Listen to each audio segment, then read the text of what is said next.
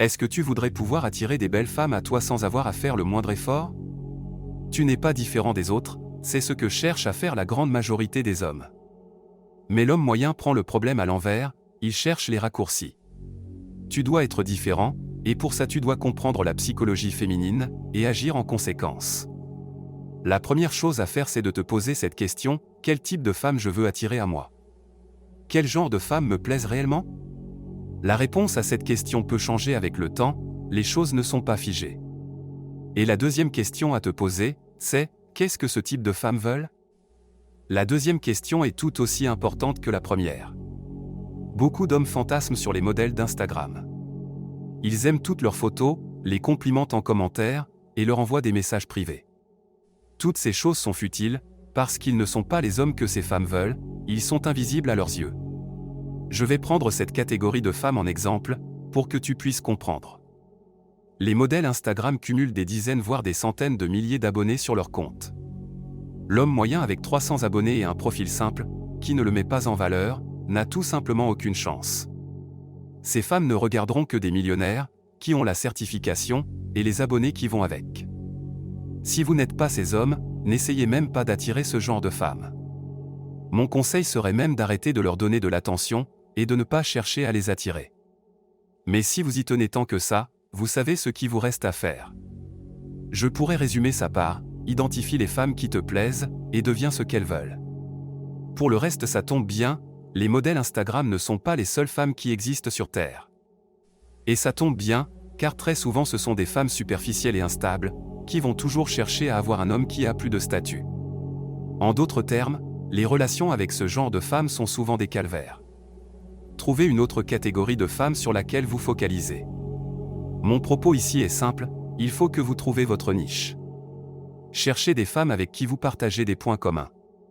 Les êtres humains aiment les gens qui leur ressemblent, et les femmes ne font pas exception à la règle. Essayez d'aller à la rencontre de femmes qui ont les mêmes centres d'intérêt que vous.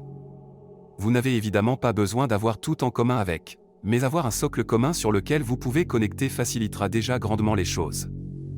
La deuxième chose que les hommes moyens négligent complètement est le ratio. Qu'est-ce que j'entends par ratio? C'est le pourcentage d'hommes et de femmes avec lesquels vous vous retrouvez dans un endroit. La plupart des hommes s'agglutinent tous au même endroit, les boîtes de nuit, les bars et autres. Ils se retrouvent dans des endroits avec 70% d'hommes et 30% de femmes. Ça n'a simplement aucun intérêt, car vous allez vous retrouver en compétition avec beaucoup d'hommes, pour des femmes qui ne vous plairont peut-être même pas. L'idéal serait de vous retrouver dans des endroits dans lesquels les femmes sont majoritaires. Il faut que le ratio soit en votre faveur. Un homme qui se retrouve dans un endroit avec une majorité de femmes, aura beaucoup plus de facilité à attirer des femmes à lui.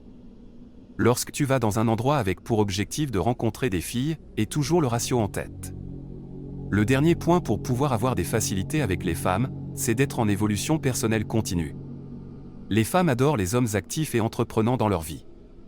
Ce type d'hommes travaille continuellement sur eux, et de manière constante.